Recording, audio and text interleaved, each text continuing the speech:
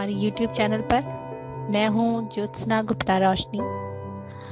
एक बार फिर आपके लिए तुम्हारी यादें जिंदगी का एक नया पार्ट लेकर आई हूँ। अब तक आपने देखा कि जया किस तरीके से अपनी जिंदगी की लड़ाई स्वयं लड़ रही थी। संघर्षों के इस ताने बाने में उसके चारों तरफ नाउम्मीद करने वाले हजारों थे, पर उम्मीद की एक किरण सिर्फ उसके हृदय में जल रही थी। और इस उम्मीद की किरण को लिए हुए वो जिंदगी के ऐसे मोड़ पर आ गई थी जहां पर अगर वो ठहरती तो या तो कोई और उसकी जिंदगी खत्म कर देता या फिर वो स्वयं अपनी जिंदगी खत्म कर लेती। क्या जया ने इन दोनों में से कोई एक रास्ता चुना? जया के साथ क्या हुआ ये इस भाग में सुनते हैं। जया की गोद में लेटा गर्व अपनी छोटी सी आंखों से निहार रहा था। गौर वर्ण का, बड़ी बड़ी सी काली काली सी आंखें, सर पर हल्के भूरे रंग के घुंघराले से बाल, एक मोहनी सी मुस्कान। इतना खूबसूरत सा बच्चा जो भी देखता एक बार मुस्कुरा करके ही आगे निकलता। उस छोटे से बच्चे को अंदाजा भी नहीं था कि उसकी माँ पर क्या बीत रही है। उसको जन्म देने वाले ने उसका साथ छोड़ दिया था। उसे ये भी नहीं पता था कि भविष्य उसके लिए क्या फैसला ले रहा है, जिंदगी उसे किस मोड़ पर लेने जा रही है। जया सोच रही थी, किधर जाऊं, कहाँ जाऊं, सभी की नजर में सिर्फ मेरी ही गलती कही जाएगी। मैं क्या करूं अपने इस नरकीय जीवन का, और मैं इस बच्चे का क्या भविष्य बनाऊंगी? क्या मुझे अपना जीवन यहीं समाप्त कर लेना चाहिए? मान लो अगर मैं माँ पापा के पास चली भी जाऊं तो हर हाल में वो मुझे वापस उसी नरक में पहुंचा देंगे। मुझे गिनाएंगे कि मैंने कहां कहां पर क्या क्या गलतियां की हैं। मैं उनके पास नहीं जा सकती,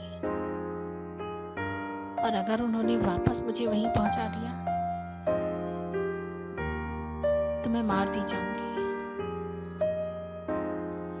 मैं ये रोज रोज मारपीट की सजाएं नहीं भुगत पाऊंगी। अगर मरना ही है तो आज ही क्यों नहीं?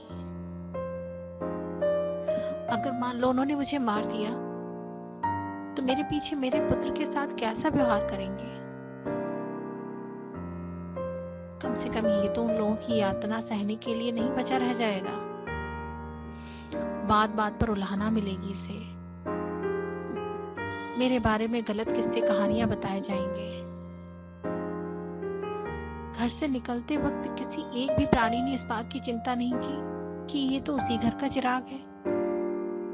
उस पुरुष ने भी इस बात पर जरा सा चिंतन नहीं किया कि उसके खून का क्या होगा।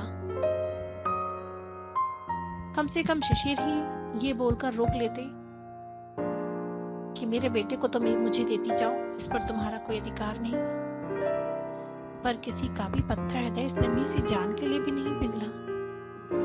अब किसके सारे इसे छोड़ जाऊंगी? नहीं नहीं, मैं इसे छोड़ नहीं सकती।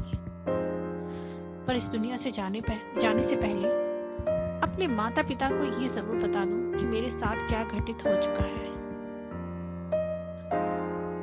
पर सीधे से उनसे बोली तो फिर मैं तो बोल ही नहीं पाऊंगी। बोलने की हिम्मत ही तो कभी नहीं कर सकी। क्या करूं? प्लेटफॉर्म पर बैठी जया के मन में बहुत सारे भाव आते जा रहे थे। सामने देखा था ट्रेन कोई 2-2.5 घंटे लेट थी। कुछ सोचकर वो उठी, पास की पीसीओ जा पहुंची। उसके चेहरे पर अविरल बहते हुए आंसुओं के निशान बने हुए थे। पीसीओ वाला कुछ बोला नहीं, पानी का ग्लास उसने आगे बढ़ा दिया। मानवता की पहली बौछार पड़ते ही आंखें पुनः बरसनी शुरू हो गई थी। यूं तो सुबह से पानी की एक भी बूंद अंदर तक नहीं गई थी, पर भावनाओं की बाढ़ इतनी प्रबल थी कि उसे किसी तरल की आवश्यकता ही महसूस नहीं हुई। कुछ सोचकर उसने फोन लगाया। उधर से चचेरे भाई ने फोन उठाया। हेलो, चचेरे भाई की आवाज सुनकर जया की हिचकियां और तेज हो गई। शब्द अटक गए, आवाज रुंध थी। वो जो बोलना चाह रही थी निकल ही नहीं रहा था। उधर से 4-5 बार आवाज आ चुकी थी, हेलो कौन है, बोलो भाई, फोन मिलाया है तो बात भी करो। क्या खाली फोन मिला करके खड़े रहने के लिए ही फोन मिलाया है? भैया, मैं जया। जया, क्या हुआ, इस तरह क्यों रो रही हो? बोलो क्या हुआ, जल्दी बोलो। भैया, माँ पापा को बता देना मैंने वो घर हमेशा के लिए छोड़ दिया है। जया ने इतना बोलते ही फोन काट दिया। उधर से बस इतना ही सुनाई दिया, पर पीसी वाले को पैसे देकर वो बहुत तेजी से बाहर निकल आई, क्योंकि उसे पता था अब 1000 सवाल होंगे और वो उसमें से एक भी सवाल का जवाब नहीं दे पाएगी, क्योंकि उसे कभी कोई समझ ना सका है, न कभी कोई समझ सकेगा। आत्मा पर लगे घाव सिर्फ स्वयं को दिखते हैं, दूसरों के लिए महज एक तमाशा होता है। वो वापस प्लेटफॉर्म पर आकर एक खाली सीट पर बैठ गई। शाम होने वाली थी। ट्रेन जो 2.5 घंटे लेट थी, 3 घंटे देरी से आनी थी। अंधेरे से डरने वाली जया का जीवन पूरा अंधकार में हो गया था। स्टेशन धीरे धीरे खाली होने लगा। जया का मन भय से भरने लगा। औरत के पैर इतनी कस के बेड़ियों में बांधे जाते हैं कि वो मृत्यु के अतिरिक्त किसी रास्ते के लिए नहीं खुलते। तभी पीछे से किसी ने कंधे पर हाथ रखा और जया ने चौंक कर देखा, सामने शिशिर खड़े थे। आंसुओं से भरा सूजा हुआ चेहरा देखकर एक पल को तो शिशिर भी डर गए। उसकी भी आंख से आंसू निकल आए। फिर कुछ रुककर पास बैठकर बोले, चलो घर चलो जया, मैंने तुम्हें कहाँ कहाँ नहीं ढूंढा। पिछले 1.5 घंटे से हर जगह तुम्हें ढूंढ ढूंढ कर थक गया। नहीं, अब मैं वापस नहीं जा सकती। क्यों नहीं जा सकती हो? कल जब तुम्हारे माँ पापा आ जाए, फिर जो वो बोलेंगे वही करना। मैं नहीं जाऊंगी, मैंने बोल दिया, मैं घर वापस नहीं जाऊंगी। मैं अब अगर घर गई तो तुम सब लोग मिलकर मुझे मार डालोगे। मैं बहुत अच्छे से जान गई हूँ सबको। ये कैसी बात करती हो? हाँ, मुझसे गलती हुई, तुम पर हाथ नहीं उठाना था। वो सब बस माँ की वजह से हो गया, गुस्से में। तुम समझ सकती हो, माँ अगर इस तरीके से बोले तो बेटे के मन पे क्या गुजरती है। देखो जया, तुम नहीं चलोगी तो मैं यहीं पर जान दे दूंगा, पर अब तुम्हें बिना लिए नहीं जाऊंगा। मैं नहीं जा सकती। इतना अपमान सहकर अब मैं वहां वापस नहीं जा सकती। मैंने अपने बच्चे की कसम खाई थी कि मैं पलटकर यहाँ नहीं देखूंगी। अगर आप मुझसे मोहब्बत करते हैं, मुझे अपनी पत्नी मानते हैं, तो मुझे कहीं और ले चलिए, मुझे ऐतराज नहीं है, पर अब मैं उस घर में वापस नहीं जाऊंगी। अच्छा ठीक है, मैं अलग रह लूंगा, पर अभी तो चलो। तुम्हें मेरी कसम, तुम्हें तुम्हारे बेटे की कसम। चलो जया, प्लीज चलो। शिशिर ने घर को गोद से लेते हुए कहा। दूसरे हाथ से बैग पकड़कर रिक्शे पे रख लिया। घर में धुलाई हो रही थी, सफाई की जा रही थी। तभी जया और शिशिर के बच्चे को देख करके छोटी ने झाड़ू किनारे रख दी और माँ को बुला लाई।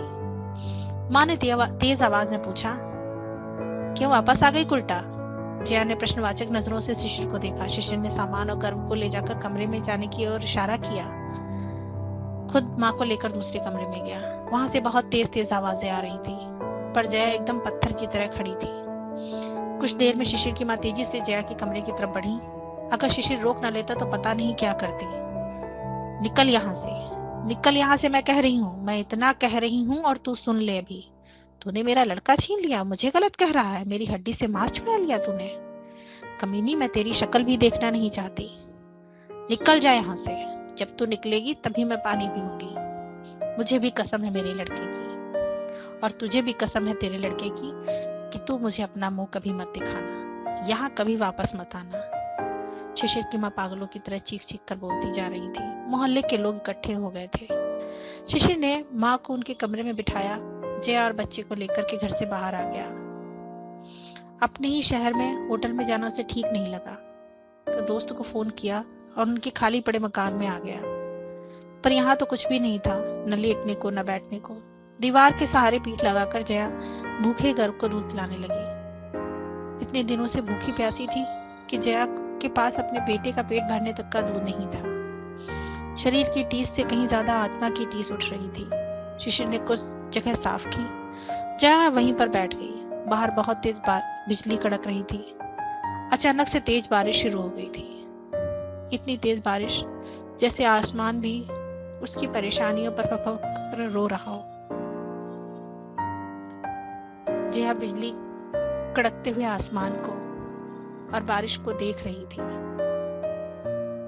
जितना तूफान बाहर दिख रहा था, उससे कहीं गहरा तूफान उसके मन में था। सब कुछ खो देने का तूफान। ये सच है कि तूफान जब भी आते हैं तो हमेशा तबाही लाते हैं। देखते हैं आगे क्या होता है जया के साथ। बताइएगा मुझे जरूर कि आपको अब तक के सुने गए पार्ट कैसे लगे। धन्यवाद। यहाँ नहीं देखूंगी। अगर आप मुझसे मोहब्बत करते हैं, मुझे अपनी पत्नी मानते हैं, तो मुझे कहीं और ले चलिए, मुझे ऐतराज नहीं है। पर अब मैं उस घर में वापस नहीं जाऊंगी। अच्छा ठीक है, मैं अलग रह लूंगा, पर अभी तो चलो। तुम्हें मेरी कसम, तुम्हें तुम्हारे बेटे की कसम। चलो जया, प्लीज चलो। शिशिर ने घर को गोद से लेते हुए कहा। दूसरे हाथ से बैग पकड़कर रिक्शे पे रख लिया। घर में धुलाई हो रही थी, सफाई की जा रही थी। तभी जया और शिशिर के बच्चे को देख करके छोटी ने झाड़ू किनारे रख दी और माँ को बुला लाई। माँ ने तेज आवाज में पूछा, क्यों वापस आ गई उल्टा?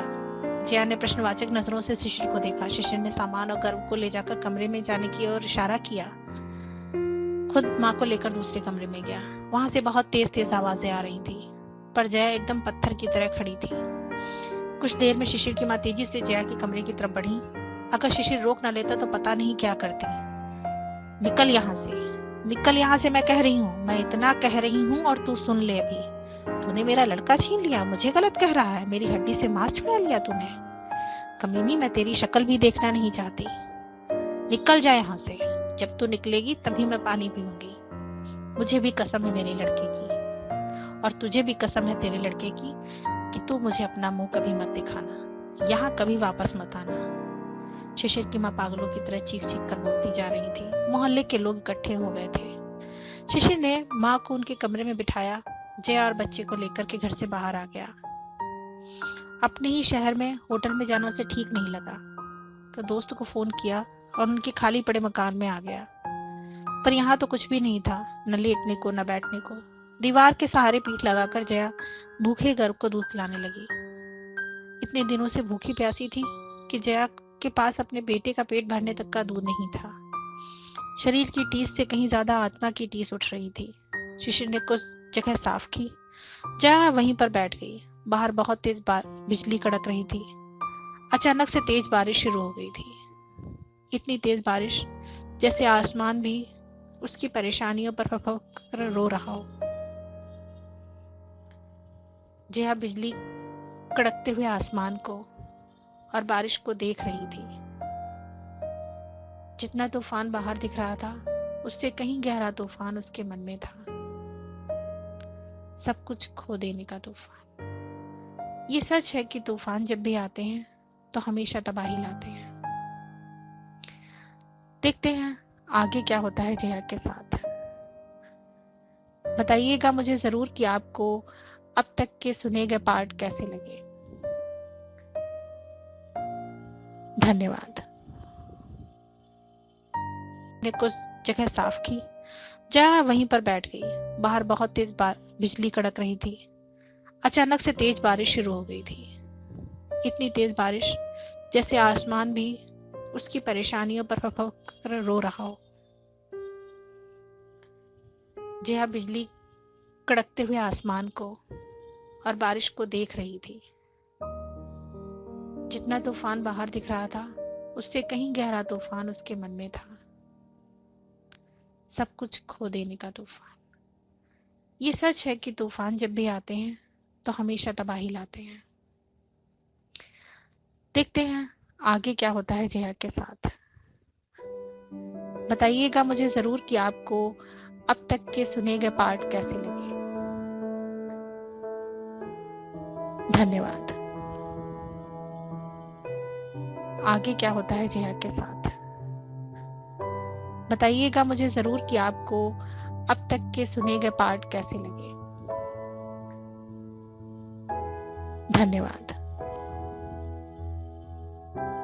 धन्यवाद।